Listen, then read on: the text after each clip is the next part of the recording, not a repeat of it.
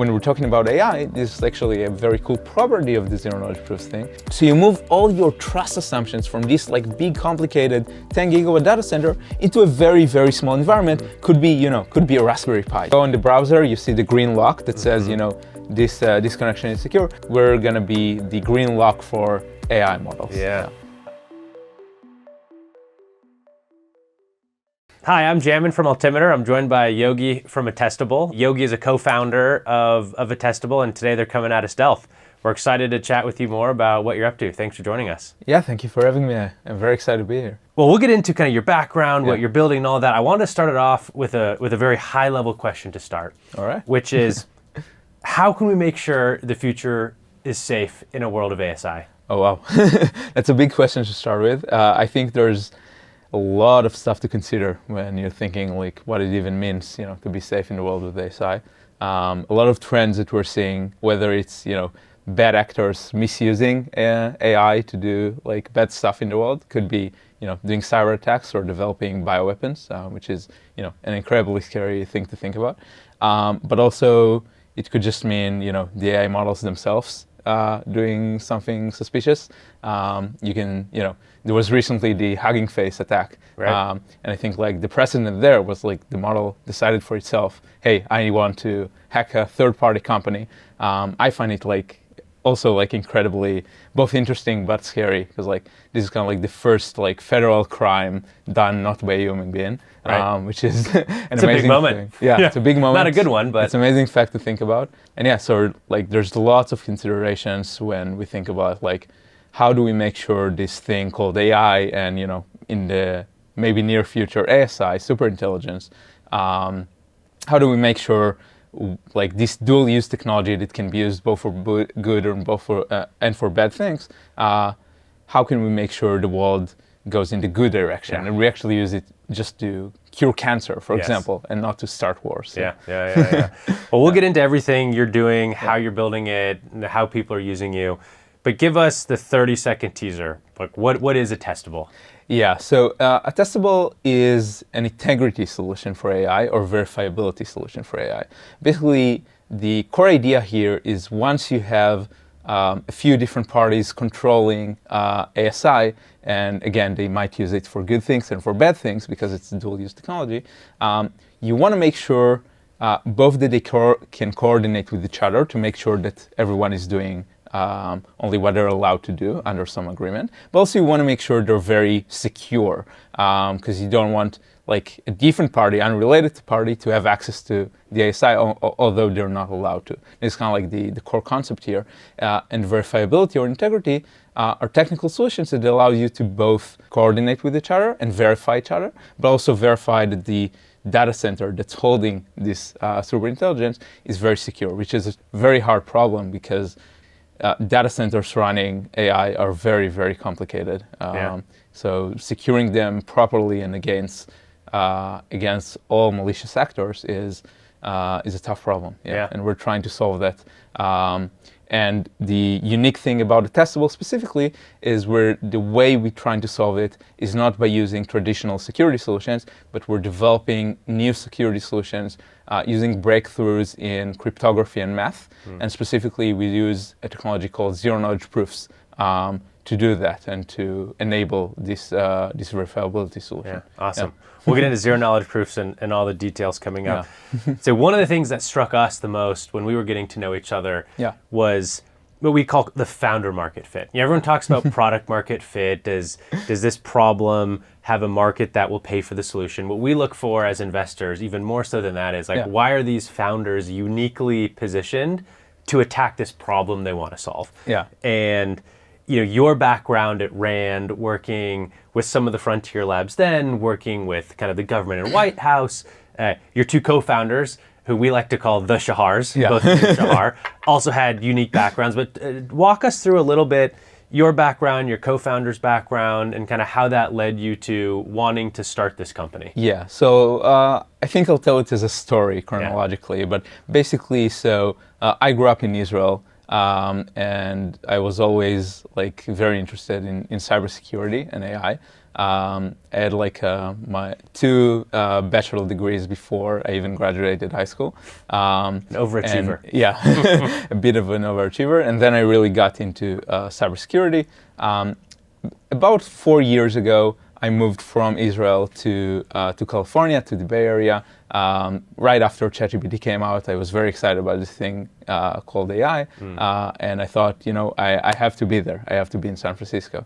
And I made a move. And I joined the RAND Corporation when I was there. So the RAND Corporation, for those who don't know, it's a nonprofit think tank advising the White House on technical policy stuff. It started right after World War II, if I'm not mistaken. Oh, wow. Yeah, it's a very old organization. Kind of like, what's the policy you need to do in order to make the world safe when there's nuclear weapons, right? There's this dual-use new technology in the world, nuclear weapons, could be used as weapons, but also like as nuclear energy, right? How do you manage that? Like, what's the game theory here of making the world more safe? And they did things like mutually assured destruction to like kind of like as a solution to make sure that like even though different countries have access to nuclear weapons, they're not like just bombing each other, right?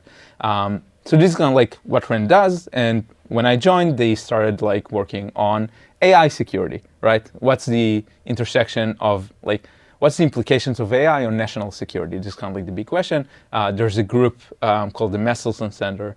When I started, it was called the Messelson Center. It was started by Sela Nevo, a friend of mine that started this group. It was mostly focused on AI security and biosecurity. Also, like, how do we make sure that like new developments in biotechnology is not being used for bad things like bioweapons? And yeah, I was there as kind of like a cybersecurity expert advising the White House on policy. Mostly what I found myself working on when I was there is how should AI labs secure themselves against other nation states, right? So imagine like OpenAI develops ASI and like they win the AI race, and then China just hacks OpenAI and steals the model, and now they also have access. It doesn't necessarily need to be China. It could also be, I don't know, like a terrorist organization, right? Which is, again, very scary because presumably ASI is something that can be used for a lot of bad things. So we want to secure it. So I used to work for as like on policy there, and I worked pretty closely with the AI labs in San Francisco. I kind of like got to see a sneak peek of like what's going on internally. And what's the state of security over there. And I think this is where I realized, if timelines are indeed short and AI is coming fast, we don't have time to do this properly. Like if we really want these data centers to be secure before ASI comes here, any technology that already exists in the world is just not sufficient. Like this state of security. The world looks very different. Yeah, state of security is just not good enough, especially if you consider that ASI also, like the advancements of AI also really helps the offensive attackers, right? Yeah. Also the defensive attackers, but it's still, there's still a race and it's still very, very hard to create what we call an SL5 data center, which is basically security level 5. Data center that's secure even against like the most advanced nation states. So I figured, okay, I don't have the tools to create an SL5 data center very fast enough before ASI gets here. Someone should create a new tool that will help us get there faster. This is where I came up with the idea of using zero-knowledge proofs, which is a technology I knew from the blockchain space. So I did a lot of cybersecurity for blockchain. And I knew about this technology, and kind of like my two worlds of like blockchain and AI intersected, and I realized it's something someone should do. I kind of like looked for people to do it. Eventually I realized it's a very hard problem to solve. So I realized there's not a lot of people can do it. I did know who can, or at least who I thought was capable of doing it. It's a friend of mine now, my co-founder, Shahar Papini. So he used to work a lot of years in Starkware, which is an Israeli zero-knowledge proofs company. And he was incredibly smart, one of the smartest people I knew, and he knew a lot about zero-knowledge proof stuff. He was part of a lot of the breakthroughs in zero-knowledge proofs in recent years. A year prior to me approaching him about it, he also started working, he left Starkware and started working for SSI, the frontier lab that Ilya Sutskever started. So he also had a great background in AI. So he was the perfect person for the mission, as I thought, right? Yes. I'm trying to create zero-knowledge proof solution for AI. I have a friend who was a founding engineer in both a zero-knowledge proof company and a frontier AI company. So I'm remembering meeting you early on, the founder market fit pieces coming together. Yes. Exactly. So I approached him. It took a lot of convincing to leave SSI. It's a very attractive company, but eventually, he decided to join me on this journey, and also joined us Shahar Samocha, who also was working at Starkware at the same time that Shahar Papini was. They're both called Shahar, so we're just calling them the Shahars. Yes. And so they both have the background in zero-knowledge proofs that they need to solve these kind of problems. I had a background in cybersecurity and kind of the frontier AI and where the world is going. I lived in San Francisco, they lived in Israel, so I had a bit more insight about what the future is going to look like. And this is how we came together. As far as I'm concerned, we were the perfect team for the job. We had all the pieces required to solve this kind of big problem. Totally. Yeah. You saw a lot of problems facing labs, facing the White House. There are a lot of things you could have zeroed in on as the thing you wanted to solve. Yeah. Whether we want to call it integrity or verifiability or why was that what you viewed as kind of the most mission critical? Yeah. The way I thought about it is it's a technology that, it's very hard to create, basically. It's a very hard problem to solve.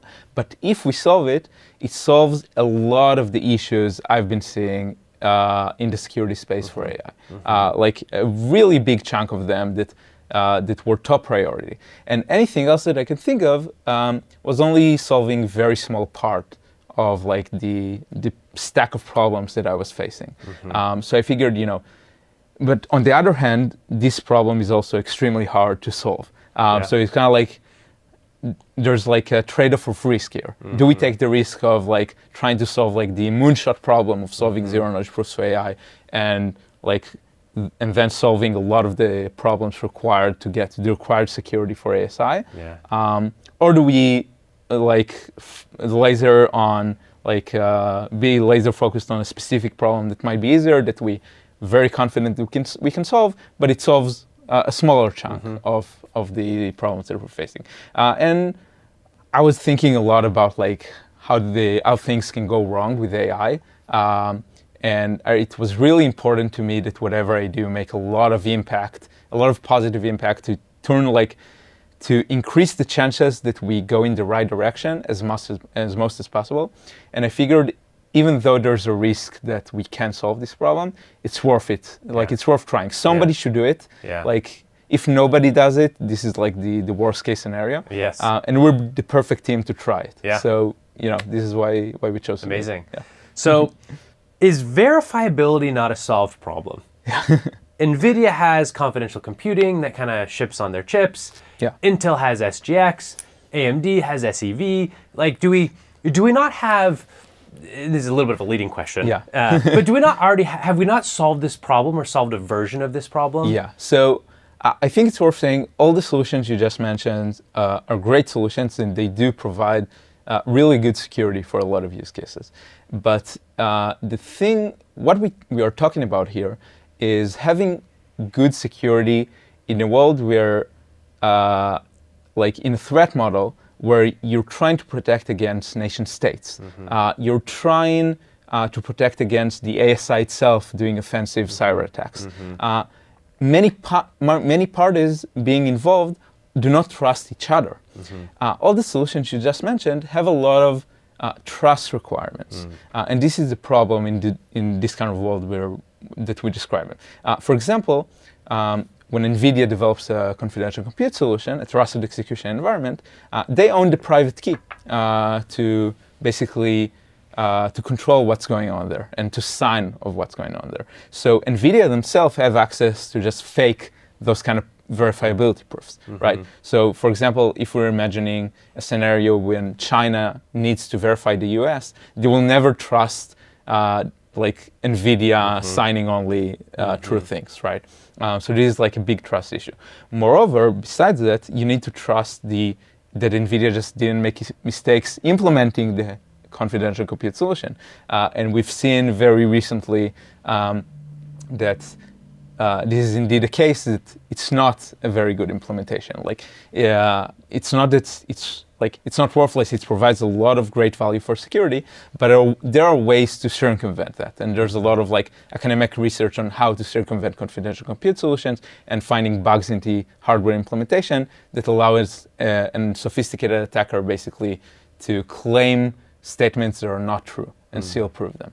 And the third thing is that you still need to trust your own code, which is kind of like the problem we're dealing with from the first place, right? So if, for example, there's like a supply chain attack on PyTorch and you run PyTorch on your confidential compute environment, this environment doesn't really help you do anything, right? Like, because you run the malicious code in the confidential compute environment, so it can prove to you that everything was correct. It can just prove to you, hey, we ran PyTorch, but PyTorch might have a supply chain attack, right? And in the world where we're describing, where like trust is something that you can't really have because you don't trust that things are secure against ASI, secure against very sophisticated nation states, that they're not being manipulated by the controlling party, then you just can't afford these kind of solutions and you need something else. Yeah.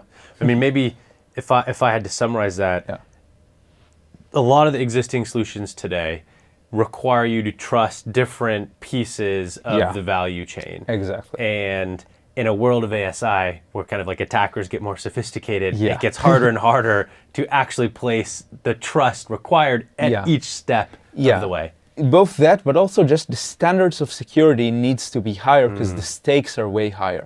So we can no longer say, hey, this is like good enough. It will cost like $100 million to circumvent this verifiable legislation. It's not good enough because like we're dealing with a situation where the stakes are high enough that it's worth for a malicious party to pay $100 million to like bypass these protections. Makes a ton of sense. Okay. The problem space makes a lot of sense to me. Let's get into what you're doing about it. And maybe start at a high level with the technology. Zero knowledge proofs. Give us the basic primer for those who don't know. What is a zero knowledge proof and how are you using those in the context of kind of verifiable AI or high integrity AI? Yeah, got it. So zero knowledge proofs are basically a way for you to claim statements without revealing any private information that is not already included in the statement. For example, the classical like academic example is the game Where's Waldo? Let's say you want to prove to your kid, hey, I know where Waldo is, but your kid doesn't believe you. So you can just point at Waldo, but then this is a proof that you actually know where Waldo is. But then you're gonna reveal to your kid where Waldo is, and that's no fun, right? So you need some way to prove that you actually know where Waldo is without revealing where he is, right? So it's kind of like a classic example of what zero knowledge proofs are. It started kind of like as an academic curiosity in the 80s, I think, and it got very popularized by the blockchain industry like a decade ago. So I think it's worth saying zero knowledge proofs are, in their modern version, the name zero knowledge proofs is a bit confusing, a bit of a misnomer, because it's true that the proofs don't reveal anything about the statement you're trying to make, but it is not the important property. The important property of the proofs are that they're what we call succinct. They're very short and they're very fast to verify, right? So this is kind of like a side effect of zero knowledge of the zero knowledge property, because if you don't need to reveal extra information beside the statement, there's no really any reason to put a lot of data in the proof, right? So the fact that you can remove a lot of the data from the proof allows you to also have very short, concise proofs that are very, very fast to verify. And this is good for modern security because what it allows you to do is take a very, very complicated system that has, it started by blockchain, but I think AI data centers might be even a better example, where imagine like a 10 gigawatts that are tons of hardware. You have no idea what's going on there. It's too complicated. So many parts communicating with each other, doing stuff you don't know. So you have a lot of trust assumptions on this very big, complicated environment. Zero-knowledge proofs allow you to basically create a small proof out of this complicated environment and then verify it in a very small environment. So you move because they're short and easy to verify, the environment that verifies the proofs could be very, very simple and small. So you move all your trust assumptions from this big, complicated 10 gigawatt data center into a very, very small environment. Could be a Raspberry Pi that verifies the proof. This is why they're so zero-knowledge proofs is such a strong technology. In blockchain space, it was actually required because the blockchain space is very insecure, and there's a lot of money being involved, right? So integrity and security is the top priority there. And anyone can make transactions on blockchain anonymously, right? So there's no trust at all between the coordinating parties basically on the blockchain. So this is why zero-knowledge proofs came up, even though for decades it was only an academic endeavor. Blockchain made it popularized in actual modern computing systems, and it actually allowed it the resources put in zero-knowledge proofs for blockchain reasons actually allowed zero-knowledge proofs to be practical today. Basically, it wasn't really practical, but then a lot of blockchain companies worked on making it practical because it's so important. So this is what this technology allows you to do, and we're lending this technology from the blockchain space and the academic space into doing integrity for AI. That makes a lot of sense. Tell me the example I always use, and I want you to correct me if I'm wrong, because I've been using it a lot now. As my version of the Where's Waldo is kind of like a password, right? Where instead of using a password in the way they're used today, you might say, "Hey, your login is going to have some math problem, and the password you type is going to be the answer to the math problem. And so if I type in my password and it somehow is the answer to this math problem, hey, guess what? You have the right password." And it's check, but is that a good example, or and I've been using that for months now, so I want to stop using it if it's not right. No, so I think we can make out of it a good example. It's missing, I think, a few important parts. I think the way you describe it, it makes it seem like you just need to be very smart to solve the whatever question that needs to be solved. And if you're smart enough, you get to the solution. But it's not only that. You don't only need to be smart enough, you also need to have some private information that only you know. So in this case, I think if you're talking about passwords, and one of the things that you can do with zero-knowledge proofs is authentication, right? Instead of typing in a password, maybe you can prove to the authenticating party, whoever tries to authenticate, I check they have a valid passport signed by the United States, by the private key of the United States, without revealing any information about who this person is. This is kind of a thing that you might want to do. When we're talking about AI, this is actually a very cool property of the zero-knowledge proofs thing, where agents can now authenticate to other services without the need to sandbox the agent. Because humans have this cool property, they can remember passwords, right? And then go from place to place and authenticate themselves by saying the password, or just by someone being familiar with their face. Agents don't have this property. So the only way to authenticate agents is confine them in a box, give this box some secret, and then this agent must, always, you must run the agent always in this confined box, and when the agent reveals that he knows the secret, it is confined to the box, and this is how you basically authenticate agents these days. With zero-knowledge proofs, you don't really need to do that. The agent sends some action. It can prove to you this action was generated by those specific model weights. The context was exactly, the template that should be used to generate this kind of action, to authenticate to this service. The context contains, the delegated user's social security number and credit card information. And you can prove all of that without revealing all of those information, but you can prove the agent have access to those. So you can now run agents freely, basically, without confining them to a box, and they can still authenticate, kind of like the same way humans can authenticate with each other. I know you're Jamin. I don't need you to tell me a password. The technology that we're providing is actually allowing this for agents as well, which is pretty cool. Got it. Yeah. So drawing back to the confidential computing paradigm, one of the challenge was you had to kind of trust all these different pieces along the way. Maybe kind of same question to you, why should we trust zero knowledge proofs? And maybe a more naive question, but what is inherently so good about them that you either they can't be hacked or you can always trust? Why should I trust zero knowledge proofs? Yeah. So zero knowledge proofs are basically mathematical proofs. And when I say mathematical proofs, I don't mean it to be something cryptographic and weird. I mean true mathematical proofs, the same way you saw at school. You have this equation, here's the proof that this equation is true, right?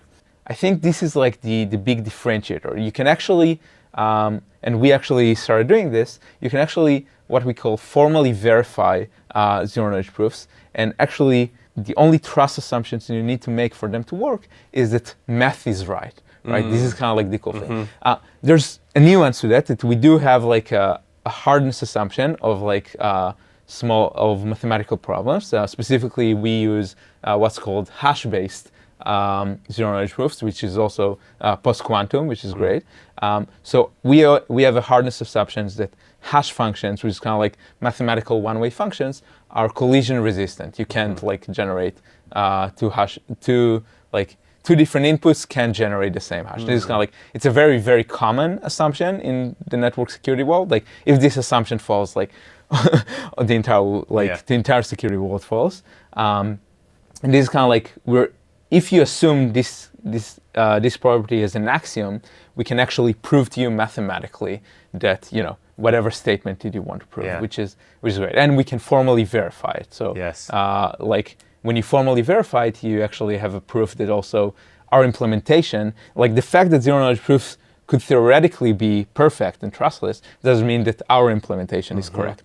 So this is why we're trying to actually verify ourselves and generate a mathematical proof that our solution is also implemented correctly. I find this happens often when we talk, but you'll say things that strike me as totally profound, but you'll just gloss over them. You said something interesting. You said post-quantum. Oh yeah. What does that? What does that mean? Does that mean what it sounds like it means? Yeah. So post-quantum basically means post-quantum cryptography. Basically means cryptography that we don't know how to break with quantum computers. A lot of the cryptography that's being used today and a lot of the security that's being used today is actually based on the hardness of mathematical problems that we actually know quantum computers can actually solve, and it's not that hard for them, right? So the world is looking for new mathematical problems that are harder to solve even for quantum computers. Hash functions specifically, I'm very confident they'll stay for some post-quantum problems, it might be the case that they're post-quantum just because we haven't thought about it enough and people haven't figured out how to use a quantum computer to break them. So when we say post-quantum, it doesn't necessarily mean this is impossible with a quantum computer. Hash functions specifically in collision resistance, I'm personally very confident will stay post-quantum just because it's not based on any beautiful mathematical structure. Quite the contrary. They're secure because they're so random and so chaotic that it's just very, very hard to predict what will output. And it's worth saying, I think, that's a lot of the general security in the world relies on private keys. Someone owns a secret key that only they own, and if someone can, steal this key or break their public key and reveal the private key from it, then the security is basically meaningless, right? Yeah. And our solution, not only it is post-quantum, it doesn't require any private keys. So there's no private key someone can steal and fake the proofs. Those are true mathematical proofs that even if someone has all the information in the world and someone has like root access to all the machines and the firmware and the hardware, they won't be able to fake those proofs. Like, it's impossible. So my understanding of zero-knowledge proofs and why they worked for kind of like the crypto world was the two inherent challenges of zero-knowledge proofs, maybe like the cost and the speed, like didn't matter as much in crypto. Where, hey, if I'm going to send you money, it doesn't need to happen instantly. It can take time, and my expectation is that it will take time. And from a cost standpoint, we can batch a lot of transactions together and kind of like split the cost across. But in AI, like latency and speed to first token and token throughput and all of this stuff really matters. How have you, like, talk to us about some of like the research breakthroughs that you've made to maybe solve some of these limitations of zero knowledge proofs so that we can actually apply them to the AI domain? So I think it's worth saying it's not that blockchain doesn't care at all about like how much compute is being used. It's actually very expensive to run computer blockchain. The good thing about blockchain is the operations that you're trying to prove are very simple. Like if I try to transfer money from my account to your account, it's like a minus operation on my account and plus operations on your account. So it's like two addition operations, like the simplest operation that the computer can do, right? So like even if the, what we call the overhead of zero-knowledge proofs, like the amount of compute on top of the original compute you need to do is like 1,000,000x, right? So now you need to do, instead of 2 addition operations, you need to do 2 million addition operations, which is not that big. So this is like why it's actually like why blockchain is enjoying zero-knowledge proofs very much, because the operations are simpler. And even then, they did work like, the past decade, a lot of blockchain companies made a lot of breakthroughs and worked a lot on making its zero-knowledge proofs even cheaper. And because even then it was a bit expensive for them. But right now the state of zero-knowledge proofs for blockchain is actually pretty good. And they reach like very practical speeds and overheads. Awesome. Like you said, in AI, like 1,000,000x on AI inference is, more compute than we have in the world, basically, right? Like, I don't know, OpenAI, spends like 10 billion, tens of billions on inference a year. Multiply that by 1,000,000, I think more money than the world has. So we can't afford these kind of overheads, right? And I think this is the big downside of zero-knowledge proofs and why they haven't been used anywhere besides blockchain. And this is why originally when we started the company, we figured, there's a huge like technical risk here. Like we might not solve it at all. If we solve it, it's amazing, it's huge, it's gonna change the world. But like, how do we reduce like 1,000,000x to 1% overhead? Right? So that's really how much compute is required on top of to do the how much compute is required to do the verification. To do the proving. To do the proving. Like actually verification. Like I said, verification is very easy. You do it like on a laptop very easily, very fast. Proving, generating the proof is the hard part. And like the amount of compute is. When we started was enormous, like more compute than available in the entire world.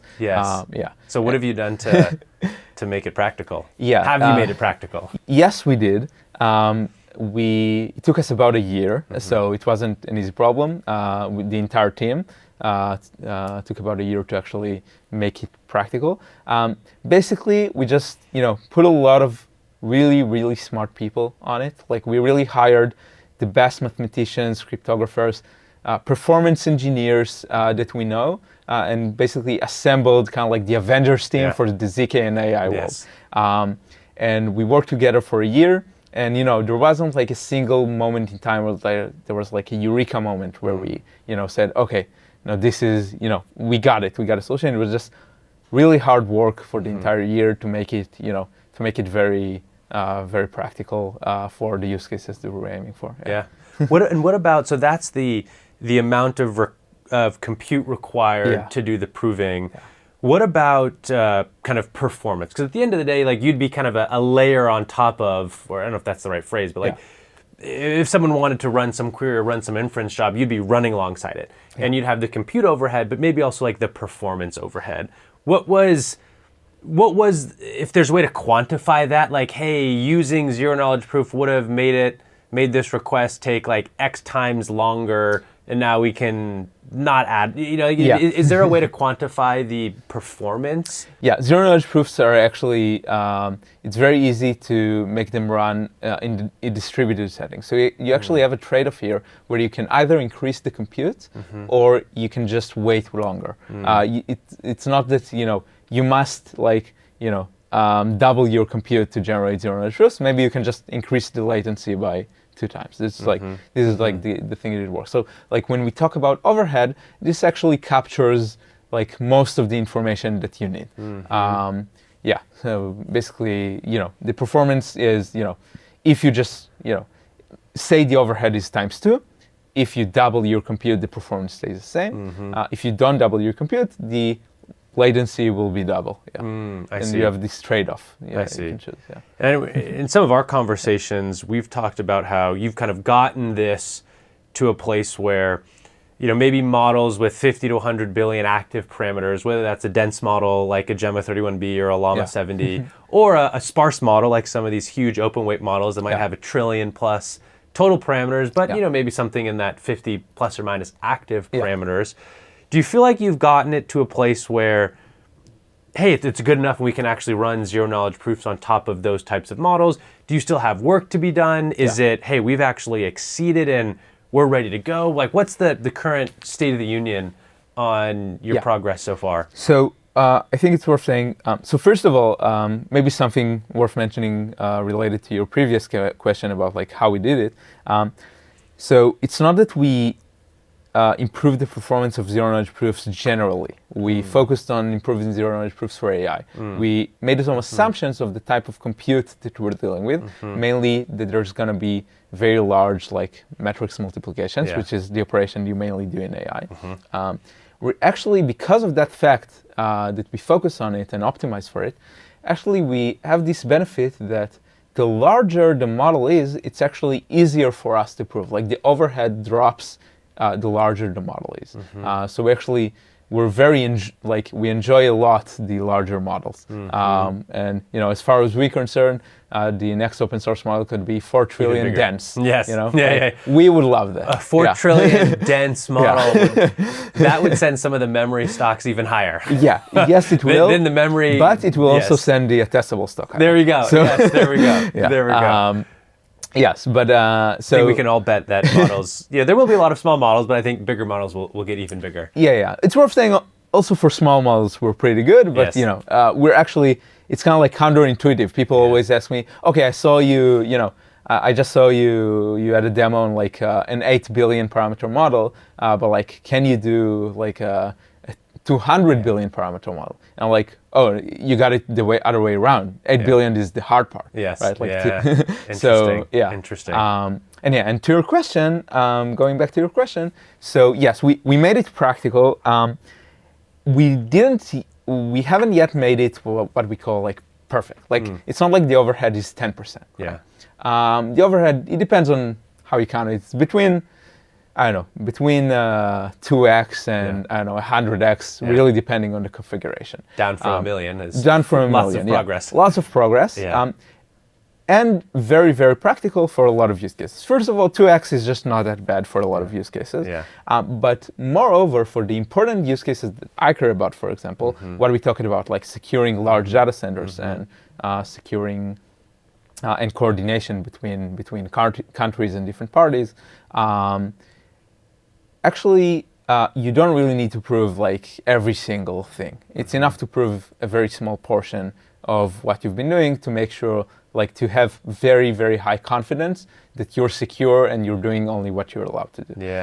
So you actually don't need to get to very low overheads for it to be practical. And the performance we have today is actually more than you need. Not a lot more than you need, but it's more than you need. Awesome. Well, I think now I want to make it a little concrete. how do you envision people will use Attestable or use a verification, a provable layer in AI? Like there's, you have training. You could prove that this model was trained on this data or was trained on this chips, or inference. You could prove what tools were called or what was you like. Were the model weights altered? Like maybe what are the kind of the concrete use cases that you see emerging today for zero knowledge proofs and kind of a verification, verifiable AI layer? So I think it's worth saying, I'll start with the two big ones that relate to what I said at the beginning. First of all, what we call model weight security. How do you protect the data center from malicious actors trying to steal the model weights, right? So this is a huge case. Basically, what you do is you need zero knowledge proofs allow you to do what's going on in the data center with no trust assumptions.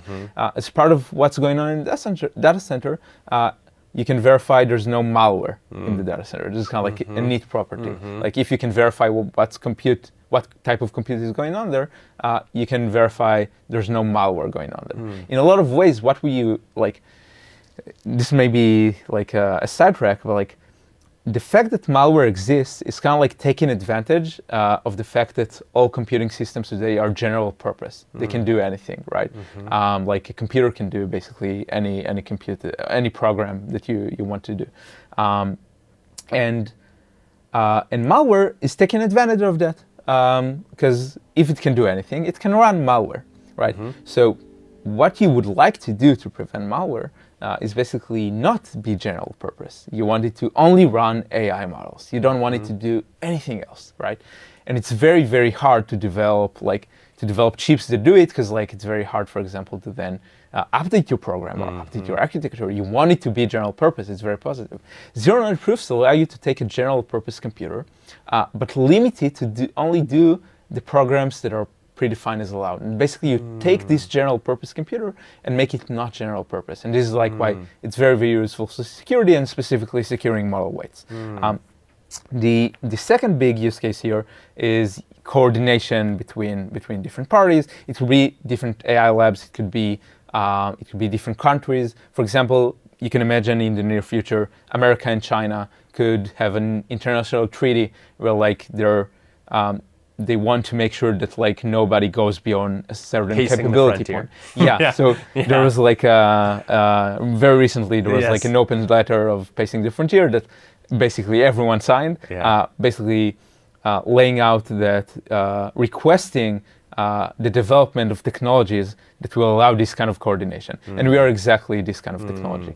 So this kind of open letter is really good validation for the importance of what we do. Awesome. Those use cases make a lot of sense. It sounds very oriented towards the big labs, the big hyperscalers, people running massive 10 gigawatt data centers. What about for everyone else? Your Fortune 2000, your AI native companies, not even the Fortune 2000, but kind of the long tail of enterprises running AI in production. How should they be thinking about how they could either use Attestable or how they should be adding a verification or integrity solution to their network? It's a great question. It's worth saying we are focusing really on the big AI labs and governments right now. That said, I do think the technology, the basic technology that we're providing, the zero knowledge proofs for AI, is going to be immensely useful for all organizations in the world using AI. So basically what it allows you to do is what we call an enforceable policy engine and a data lineage engine. Every single piece of data in your enterprise, we can prove to you where it came from, how it was generated, which data centers, which data sets was used to generate this piece of data, which models was used, which actions have been taken. So you can, every piece of data in your organizations, you have this proof of lineage that nobody can fake, that can prove to you exactly how it came to be. And this allows you also to do what we call an enforceable policy engine. So you want to allow certain piece of data to be here but not there. You want the agent to be allowed to send emails, for example, only if the data that the agent has been using has been classified in some ways. For example, making sure there's no PII in the email, stuff like this. We can make sure and enforce, truly enforce against even the most sophisticated actors that this policy is being enabled in practice and nobody bypasses it. That makes a ton of sense, especially as we get to long-running agents, agents that have multiple steps along the way. Exactly. You need to be able to prove that this action that Jamin's agent is about to take actually has the credentials that Jamin has in real life. Yeah, and he can't go send an email to this client with this other client's information because that again, as these agents get longer and more complex, it gets harder and harder. And there's like more and more agents interacting with each other. It's very, very complicated to keep track.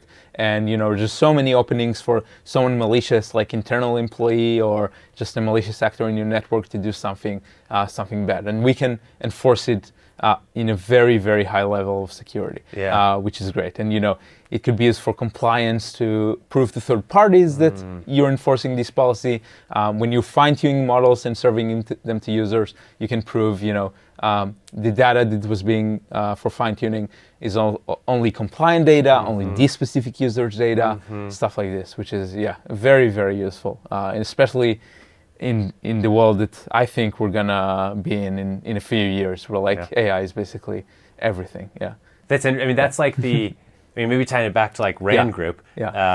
These are like the groups that are going around to different countries to make sure you're not enriching uranium past a certain limit. Hey, the United States isn't going to want some other country to verify themselves, and vice versa. You want an independent vendor to do that. Hey, we're enriching uranium so we can use it for power, not to build a bomb.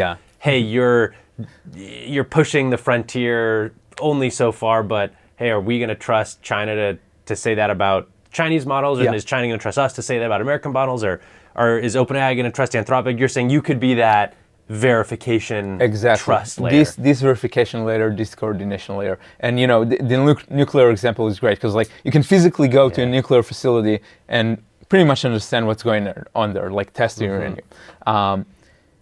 With AI, you go to an AI data center and you see a bunch of GPUs and you have no idea what's actually going on there. So we're providing this kind of trust solution between different parties, and it's very exciting. And other than that, those are kind of the huge vision for the company, but there's a lot of use cases for it, right? We talked about agentic identity. A thing that I personally excited about a lot is also proving training. For example, proving an open source model doesn't contain backdoors or some biases, or it was trained on a specific data set, for example. This is something that could be very useful for, to use, for example, Chinese models, but trust them, right? I mean, how can you do something like prove it doesn't have a backdoor? It sounds good, but where would someone like Attestable what would you actually be doing in that use case? It depends on the method of inserting the backdoor, but something that we can do, for example, is prove what data set was used to train, right? So if the backdoor is just training on a lot of fine-tuning, for example, on a malicious data set that says, hey, if this guy is an American government employee, please insert backdoor to his code, then we can prove this kind of this data set was not used, right? And if you don't want to make the data set public, then you can maybe have a classifier going over the data set and making sure there's no poisoning going on there. And we can prove this, when you get a set of model weights, we can prove to you, hey, those model weights were trained only using a data set that was classified by these model weights that you know and trust. And when you get inference, when you do inference calls to this model, we can aggregate the proofs. The inference call you just did is a result of a model that was trained on this data set, that the data set was classified as this model to make sure there's no data poisoning. And in case of a non-open source model, we can also prove to you stuff like, the architecture of the model doesn't contain any unique properties that might look like backdoors. It's just, a neural network, stuff like this. We can prove these properties too. That's interesting. I mean, in many ways, it feels like the direction the world is headed is a version of what the government did with some of the most recent Anthropic models like Mythos or Fable, which is, hey, before it's released to the public, we're going to run it through some sort of kind of testing, verification, loops to basically bless it and make sure, hey, it's good. It's good to be sold to the general public. And in that world, you almost have blessed model. You'd need to prove that your model does what kind of the government needs you to do in order to be a public model or some version of that. So this is actually a great point, and I think here the zero knowledge proof property, the privacy property, can be very helpful, because like this process the United States government did with like Anthropic, for example, is very intrusive, right? Like they need access to the model. Yes. So with our solution, for example, you can set a set of rules or evaluations that the models need to pass in order to be publicly available, and you can just prove to the government, but also to your users and to the world, hey, we passed those evaluations. The model that we are serving you right now actually passed those evaluations. You can show those proofs to you. And in general, I think like it's worth saying, in my long-term vision, I want like Attestable to be used anytime someone uses AI. Like every token should be like a proof token, a premium token. And this is very important to me. I think like people already use a verification solution all the time without noticing. They use what's called SSL or TLS. Yes. You go in the browser, you see the green lock that says, this connection is secure. This is a verification solution, and we're the next step of this SSL solution. Basically, we're gonna be the green lock for AI models. I mean, I like that. In many ways, you want Attestable to be attached to every inference query.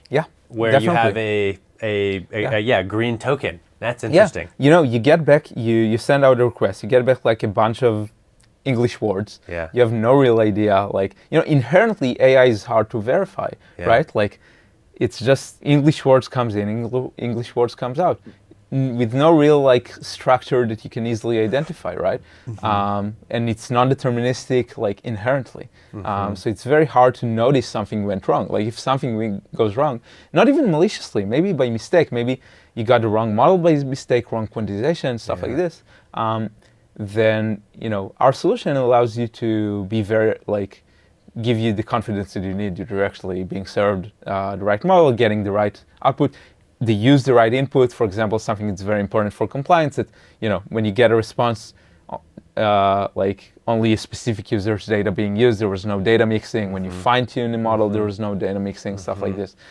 So very, very important property. I mean, it's I mean, my reaction to all this is like you've solved an incredibly technically challenging problem that could, in theory, be used at every single point in time where a token is generated.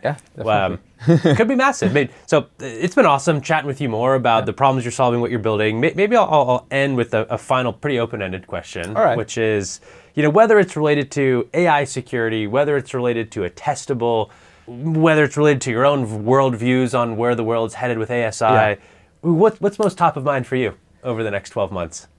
I think for me, so we see recent trends on, like the rate of progress of AI. I think I'm a pretty like what's called a short timelines person. Like my expectations of how fast AI will progress are pretty optimistic or pessimistic, depending on Sure. And I think like the rate of progress is like passing even my expectations as like a short timelines guy.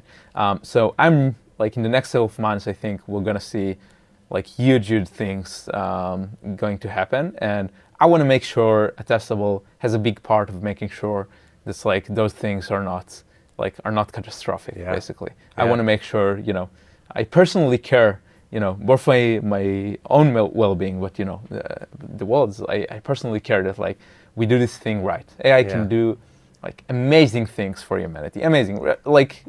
It's not too far-fetched to say, in 3 years, cancer will be cured, right? By AI. It's not too far-fetched. Right. But also, it's not too far-fetched to say, hey, in 3 years, someone's gonna develop a bioweapon using AI that's gonna like kill, millions and billions of people. So I want to make sure we go the right direction, and I personally care that I take a big part of making sure and increasing the chances that we're going the right direction. I love it. Awesome. Well, Yogi, thanks for being with us today. Thank you for having me. It was very fun chatting with you.